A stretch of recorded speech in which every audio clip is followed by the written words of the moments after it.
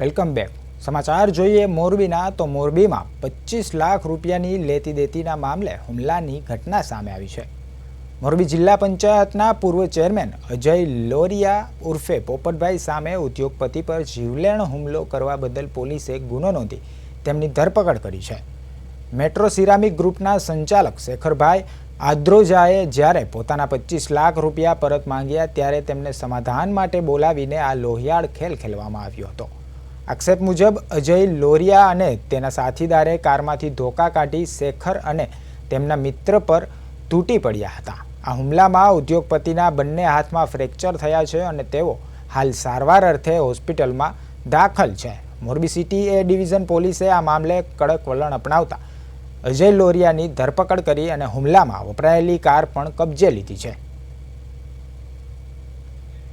ફરિયાદી શેખરભાઈ રતિલાલભાઈ આદ્રોજાએ એક ફરિયાદ આપેલ છે કે તેમને ગઈકાલે રાત્રિના એમને આ કામેના અજયભાઈ મનસુખભાઈ લોરિયા પાસે પૈસાની લેતી દેતી હોય એમાં એમને 25 લાખ રૂપિયા લેવાના હોય એનો ગઈકાલે વાયદો હોય।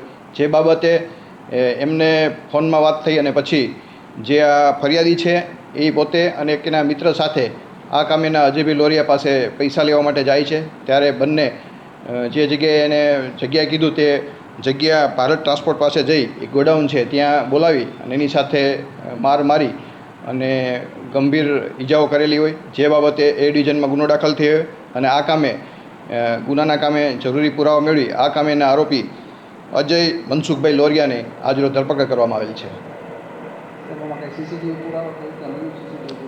એને લગતા જે પુરાવા છે એ ગુનામાં વપરાયેલ હથિયાર તથા એના પુરાવા પણ કબજે લેવામાં આવેલ છે।